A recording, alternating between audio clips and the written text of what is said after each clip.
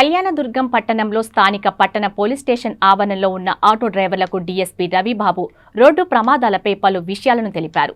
ఈ సందర్భంగా వారు మాట్లాడుతూ పట్టణంలో ఆటో నడుపుకుంటున్న వారు తప్పనిసరిగా లైసెన్స్ పొంది ఉండాలన్నారు. ఆటో ఆల్ ఓకే కలిగి ప్రమాదాలు జరగకుండా ట్రాఫిక్ రూల్స్ పాటిస్తూ ఆటో నడపాలని, ఆటోకు ఇన్సూరెన్స్ చేయించుకోవాలని వారు తెలిపారు.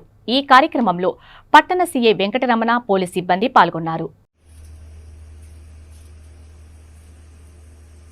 కళ్యాణదుర్గం టౌన్లోని ఆటో డ్రైవర్లకు అవగాహన సదస్సు ఏర్పాటు చేయబడటం జరిగింది. ముఖ్యంగా ఆటో డ్రైవర్లకు తెలియజేయడం ఏమనగా, ప్రతి ఒక్కరూ తప్పనిసరిగా లైసెన్స్ కలిగి ఉండాలి, అలాగే ఇన్సూరెన్స్ కలిగి ఉండాలి, యూనిఫామ్ కూడా ఖచ్చితంగా ధరించి ఉండాలి. ఎందుకంటే ఈ మధ్య ప్రభుత్వం వారు లైసెన్స్ లేకపోతే మొదటి తప్పుగా 5,000 రూపాయలు ఫైన్ వేయడం జరుగుతుంది. రెండవ తప్పుకు 10,000 రూపాయల దాకా ఫైన్ ఉంది. మూడవసారికి లైసెన్స్ సీజ్ చేయడం జరుగుతుంది. అలాగే ఇన్సూరెన్స్ కూడా 2,000 రూపాయల దాకా ఇన్సూరెన్స్ ఉంది.